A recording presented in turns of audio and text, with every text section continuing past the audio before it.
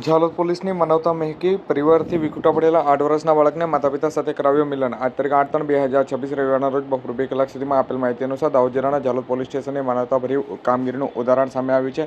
પરિવારથી વિખૂટા પડેલા Jhalod bus stand સુધી આવી પહોંચેલા 8 વર્ષના બાળકને ઝાલોદ પોલીસે સુરક્ષિત રીતે સંભાળ અંતે માતા-પિતા સાથે મિલન કરાવ્યું. મળતી માહિતી મુજબ સુરતના વરાછા બસ સ્ટેન્ડ વિસ્તારમાં એક પરિવાર ઝાલોદ આવવા માટે બસની રાહ જોઈ રહ્યો હતો. તે દરમિયાન પરિવારનો આશરે 8 વર્ષનો પુત્ર અજાણતામાં ઝાલોદ આવતી બસમાં ચડી ગયો હતો અને જેના કારણે બાળક પરિવારથી વિખૂટું પડી અને સીધું ઝાલોદ બસ સ્ટેન્ડ સુધી પહોંચી ગયું હતું.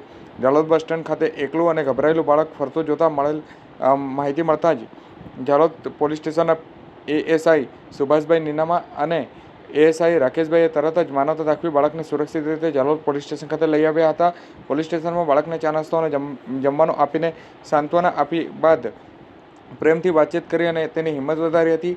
આ સમગ્ર મામલે ડીવાયએસપી ડીઆર પટેલના સૂચના અને પીઆઈ રવિ ગામિતના માર્ગદર્શન હેઠળ બાળક સાથે અનુકૂળ વાતાવરણમાં પૂછપરછ કરવામાં આવી હતી. પૂછપરછ દરમિયાન બાળકનું નામ વિજય રાજુદેવા મહિડા અને ઉંમર 8 વર્ષ હોવાનું જણાવ્યું હતું.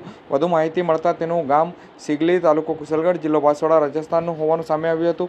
પોલીસે મળેલી માહિતીના આધારે તપાસ હાથ ધરતા બાળકના માતા-પિતા સુધી સંપર્ક સાધવામાં સફળતા મળી હતી. ત્યારબાદ બાળકના માતા-પિતાને ઝાલોદ પોલીસ સ્ટેશન ખાતે બોલાવવામાં આવ્યા હતા.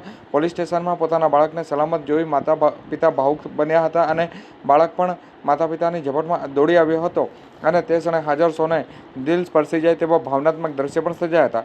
તમામ જરૂરી કાયદાકીય પ્રક્રિયા પૂર્ણ કર્યા બાદ બાળકને તેના માતા-પિતાને સોંપવામાં આવ્યો હતો. આ પ્રસંગે બાળકના માતા-પિતાએ ઝાલોદ પોલીસ સ્ટેશનનો આભાર પણ વ્યક્ત કર્યો હતો.